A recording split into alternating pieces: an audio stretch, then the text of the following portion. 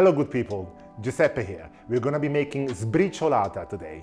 Sbriciolata is a cheat version of crostata that delivers all the buttery crumbliness of a tart without all the rolling and cutting and all the faff that goes with it.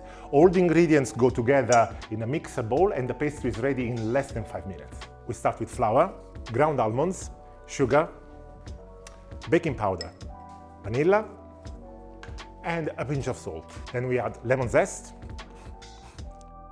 2 beaten eggs, and some butter. We're going to be mixing everything in the mixer for just a few seconds at the lowest setting.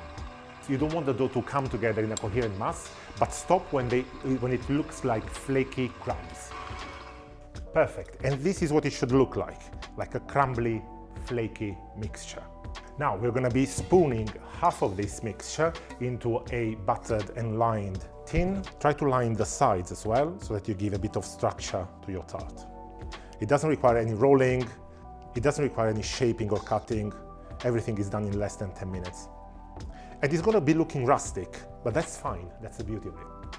Now, this goes in the fridge to set. In the meantime, we'll prepare the filling. The filling as well couldn't be easier. It's just a mixture of cherries, apples, just a tiny bit of corn flour and sugar, of course. I like to use frozen cherries just because they're easier and they come already pitted. That's what you get after a few minutes on a low heat. Needless to say, you don't have to make it. You can use any shop-bought jam, or if you're feeling particularly indulgent, go for a chocolate and hazelnut spread. Our pastry base is nice and cold, so we're ready to spread our filling. Mamma mia. This is food porn at its best. That's fine. It doesn't have to be perfect. Perfection is overrated. This is perfectly fine as it is.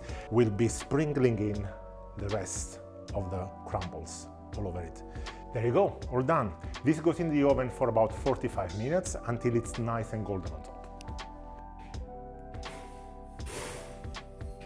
And our sbriciolata is ready. Honestly, this smells divine. All that is left to do is to give it a small dusting with icing sugar. This tart is as simple as it gets. It only takes a few minutes to prepare, and this is what you get. Mm.